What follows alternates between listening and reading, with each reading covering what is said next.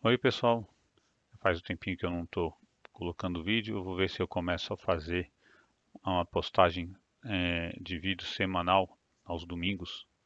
Esse é o meu planejamento para a partir de agora fazer todos os domingos pelo menos um vídeo na semana, né?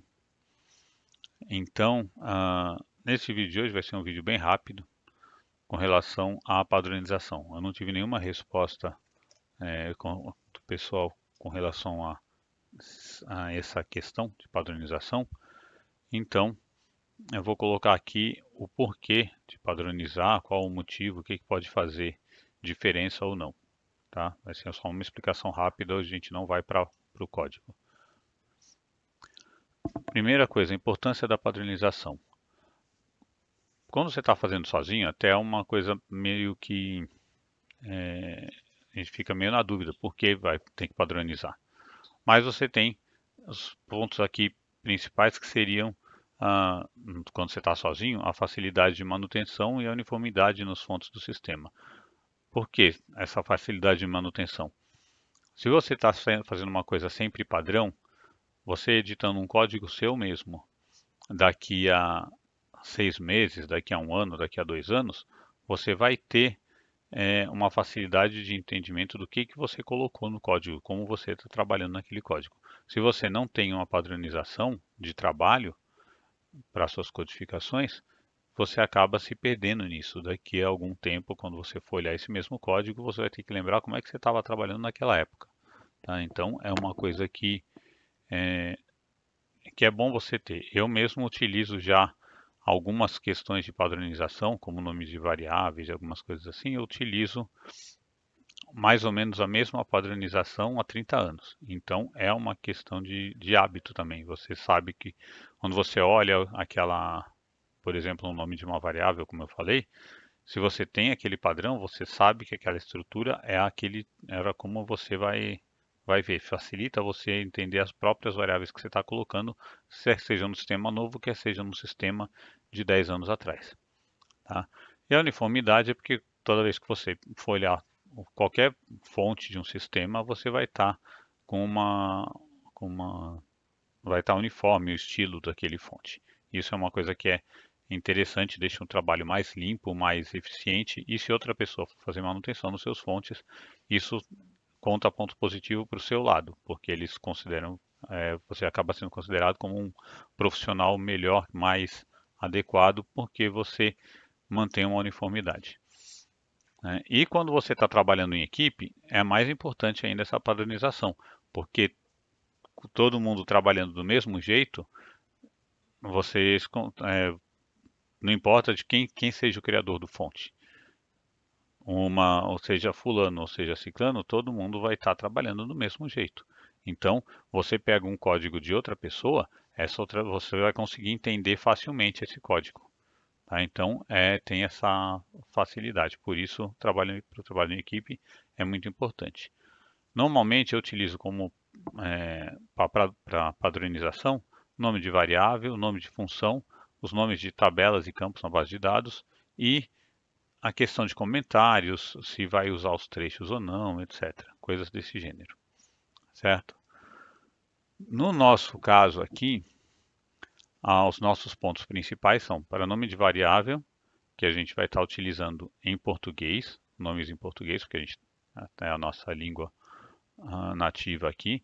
Geralmente, quando você está trabalhando numa empresa onde você vai estar fazendo um sistema que pode ser usado em vários países, pode ser acessado por programadores de vários lugares, geralmente o pessoal utiliza a nomenclatura ou os nomes em inglês, tá? Porque é uma língua mais geral, tá? Mas no nosso caso aqui, a gente vai estar usando o nome em português, utilizando essa anotação camel. O que é a anotação camel? Eu coloquei mais aqui embaixo. A anotação camel é aquela que você tem quando você utiliza um nome que seja formado por várias palavras. Você tem várias opções, né? Você pode botar um sublinhado entre uma palavra e outra, pode botar um ponto ou um hífen e assim por diante. Mas quando você usa o camel, o que é? A partir da segunda palavra que compõe aquele nome, a primeira letra daquela palavra é em maiúsculo. Então, se você tem, como um exemplo que eu coloquei aqui, o item de pedido, o nome da variável seria item pedido. O P do pedido é em maiúsculo. Se você tiver uma coisa com uma variável que seja composta por 3 palavras, aí a segunda e a terceira vão ter a primeira letra em maiúsculo, e assim por diante. Isso é que é a anotação Camel. Tá? E os nomes de funções vão ser usadas para as funções que são geradas pelo IDE, quer dizer, aquelas nomenclaturas, nomes de função que foram gerados pelo IDE automaticamente, que nem quando você faz uma função para quando você está de uma ação, né, do clique no botão, ou coisa assim, ele dá um nome automático para essa função. Eu vou deixar esses nomes de função do jeito que o IDE sugerir, tá? Eu não vou mudar. Já para outras funções que a gente criar, eu vou colocar o nome da função no mesmo padrão das variáveis, ou seja, em português usando notação Camel. Tá? Tem linguagens que sugerem outro tipo de coisa, tá? Como uma padronização. No nosso caso, não existe essa sugestão, então eu vou colocar desse jeito. Se vocês quiserem adotar padrões diferentes, fiquem à vontade. Nomes de tabela e campos de base de dados também vai ser com essa mesma anotação Camel. Quanto a comentários e trechos não utilizados, a gente vai evitar de deixar no fonte códigos que não são utilizados. Isso é uma coisa que todo programador mais antigo acaba fazendo. A gente faz uma edição de um código, coloca alguma coisa escrita lá, aí fala, não, esse trecho daqui a gente não vai usar e vai escrever um outro trecho. A gente acaba deixando um trecho comentado e escreve outro trecho de código. Naquele negócio de repente se eu precisar usar, ou se não foi isso que o usuário está pedindo, a gente tem como voltar rapidamente e tal. Pode-se fazer esse tipo de coisa? Pode-se fazer, mas não é uma coisa conveniente de se deixar para sempre. Então, por exemplo, você fez lá e deixou lá um trecho de código porque você não sabe se o usuário vai querer voltar atrás. Dependendo do usuário, isso acontece, né? E aí a gente deixa lá o trecho do código comentado e segue adiante. Só que daqui a algum tempo, você já tem o acordo, o aceite do usuário, o usuário já não vai voltar atrás, aí você pode ir lá, voltar naquele mesmo fonte e eliminar esse código que não vai ser usado. De tal forma que você não vai ficar com um monte de trecho de código comentado. Tá?